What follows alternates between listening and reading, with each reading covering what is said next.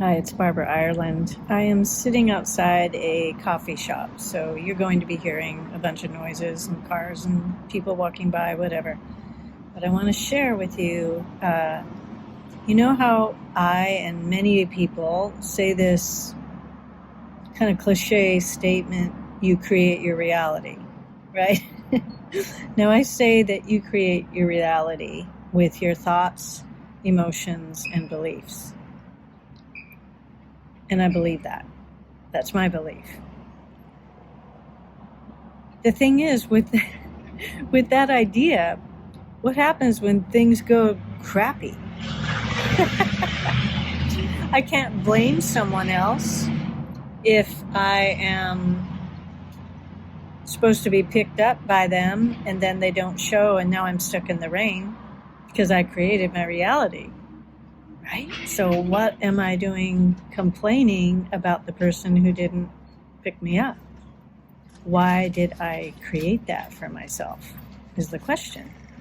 And maybe the answer is just to experience rain, to see what it feels like to be wet fully. If I don't resist it, if I enjoy it, go into enjoyment and full experience of it instead of hating it and being mad all the time and complaining, I'm gonna get him when I get back, like that. So what's the benefit of it? Well, now when I'm home and dry and have a cozy cup of cocoa with me, I get to experience the other side of that. How beautiful is that? I get to experience or practice what it's like to not go into resistance. Ha ha. Easier said than done. I get to deloop any thoughts that are coming up that says this is wrong or bad. Because to the universal energy, rain, being wet, that's not bad. It's just wet. It's really funny when you think about it. So that's not what happened to me. What happened to me is a month ago, I did something pretty major to my knee apparently with a dangerous game of frisbee.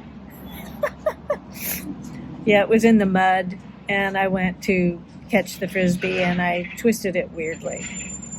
I thought, no big deal. Okay, this hurts like hell, to put it bluntly, right now. And I sat down and just giggled while I watched other people play.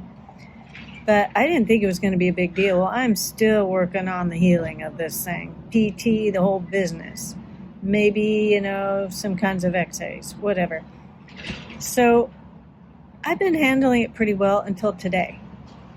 And I got bummed out because I'm going to Mexico in 3 days.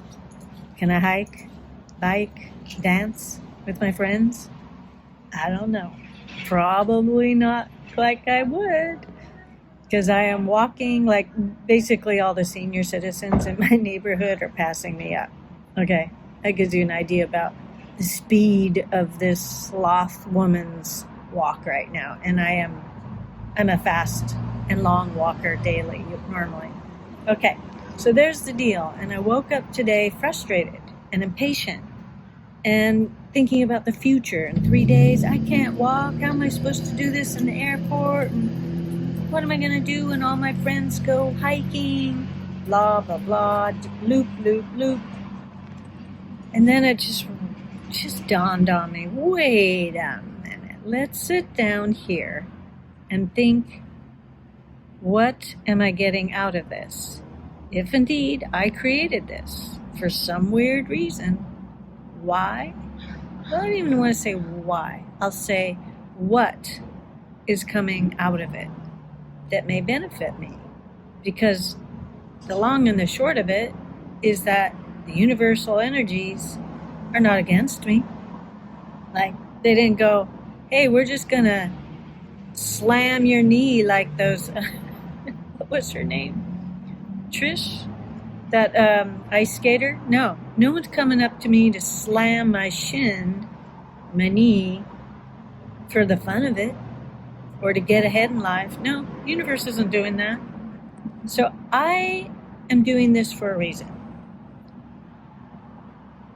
Again, I don't like to ask why, but instead pull back my energy, really get into the experience of what it's like to be slow, what it's like to not be able to do all the things I normally do. Okay, it's taken me out of my routine, out of my habit, out of my comfort zone. It's made me, well, here's what I noticed today when I sat down and thought about it. It's allowing me the quiet time, practically meditative. So I'm like basically doing a walking meditation. Yeah, is that slow? And sitting here, reading spiritual material, thinking about my life. It's allowing me to reevaluate the direction I'm going in my life, the areas I am spending my time and energy on. Are they where I want to spend my time and energy on? That is the only thing I can't get back, my time and energy. So I better be really clear that what I'm spending that on is worth it. And I can get into, I don't know about you, but I can get into this like work mode. And I was overworking really bad. And my nervous system was fried. Well, not anymore. I am chillin' billin'. And so that helped a lot. But it really was fascinating to notice how much reevaluation I'm doing about my life, my direction, the way I spend my time, the things I feel are valuable. And in fact, this video is an example of it, because I want to give you videos that are really from my heart. I mean, the others are too, but they're more like sharing information, which is super helpful. And I hope you appreciate them, but I really want to share like what I call 4D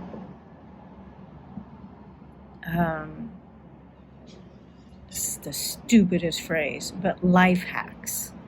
I can't think of a better one right now. Exercises that I personally am doing as I enter into a 4D consciousness. And I'm hoping you'll come with me, because this is a time, my friends, we are shifting, and being in 3D world full of fear of the future with all the freaking chaos going on these days, it's not helpful. We are dissipating energy. I dissipate my energy if I get into that too much. Future tripping. It's not helping anyone. It's not even real. What's that about? It's about the 3D version of me afraid of the future, afraid of my security, afraid of me leaving my comfort zone.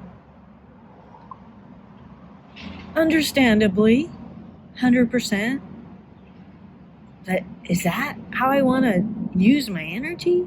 I mean, that's dissipating my energy, not pulling energy to me. If I want to move into 4D, I need to gather my energy. That means moving into acceptance, the knee thing, or the example of not being picked up and you're in the rain. Oh, well, you just go on with the flow. Like, what's it like to be hobbling around? What's it like to move slow? What's it like to be wet? What's it like to be criticized? Or whatever's going on in your life. What's it like to have your Social Security threatened?